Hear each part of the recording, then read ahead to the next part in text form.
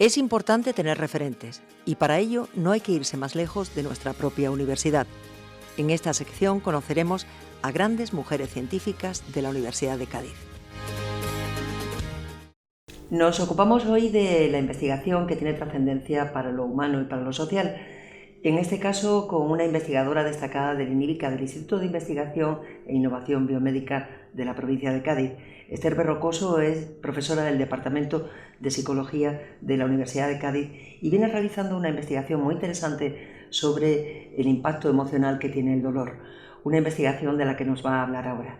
Esther Berrocoso, hola. Hola, muchas gracias. Cuéntanos en qué consiste esta investigación sobre los aspectos emocionales y cognitivos del dolor. En el laboratorio desde hace ya algunos años, venimos trabajando en una realidad clínica que es conocida ampliamente. Es decir, la realidad consiste en que los pacientes cuando tienen dolor crónico, es decir, un dolor que persiste en el tiempo, tienen muchas posibilidades de sufrir también un trastorno mental asociado. En concreto, los pacientes con dolor crónico se estima que tienen un 50% más de probabilidades de sufrir patologías tan graves como depresión mayor o trastornos por ansiedad. Entonces nosotros en el laboratorio lo que intentamos conocer es cómo tu cerebro, que es plástico, pues se va adaptando, va cambiando debido a ese proceso doloroso que se ha perpetuado en el tiempo. Entonces los cambios que se producen en el cerebro van, de alguna manera, y en eso estamos trabajando, a propiciar estos trastornos mentales secundarios.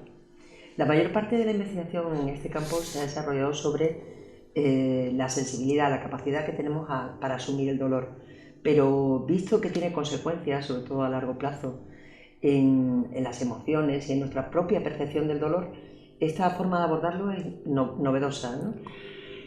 Desde mi punto de vista, tenemos hoy en día, creo que sigue habiendo una brecha entre lo que es la percepción propiamente del dolor, que significaría pues, decir me duele con una intensidad X en un punto X del cuerpo o de manera difusa, y realmente el dolor no es solo eso.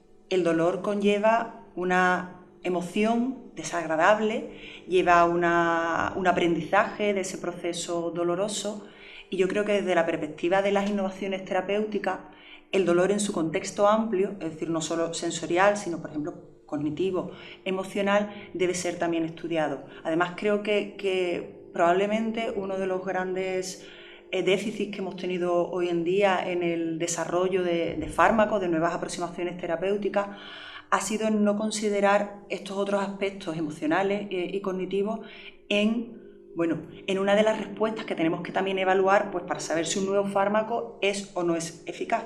Entonces, ahí yo creo que una aportación importante de nuestro trabajo. Sí, porque la investigación que desarrolla va encaminada a la industria farmacéutica, ¿no? De alguna forma para mejorar o innovar en los fármacos y en los principios activos que actualmente se desarrollan para paliar el efecto del dolor.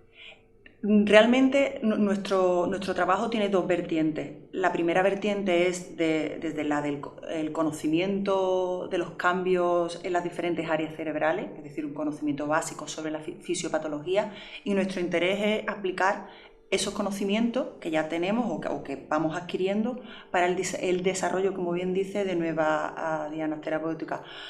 Realmente yo creo que cuando la investigación debe de orientarse a intentar paliar, en este caso, pues un problema concreto que hay actualmente en un grupo extenso de pacientes.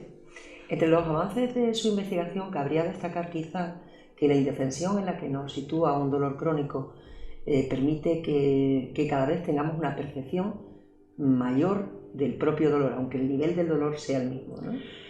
De hecho, nosotros con nuestro trabajo hemos visto con nuestras aproximaciones que cuando el dolor es crónico, si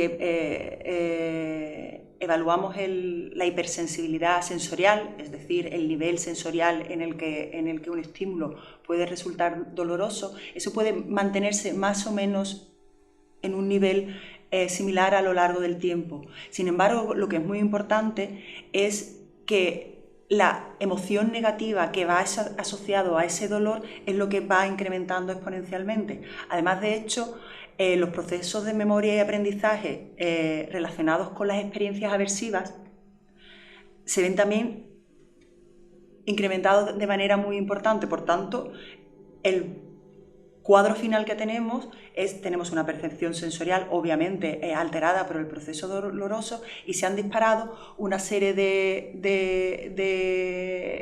también de esferas secundarias o que acompañan, pues que lleva a que el paciente perciba ese dolor como mucho más aversivo si lo comparamos con un sujeto sano.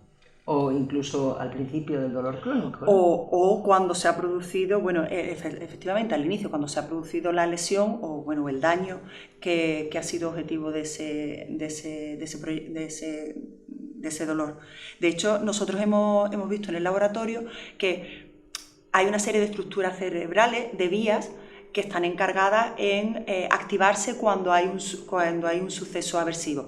Esto tiene que interpretarse desde un punto de vista fisiológico como algo necesario, porque necesitamos que cuando una experiencia sea aversiva tenemos que percibirla como tal, para obviamente poner en marcha toda una serie de mecanismos de defensa ante esa situación aversiva.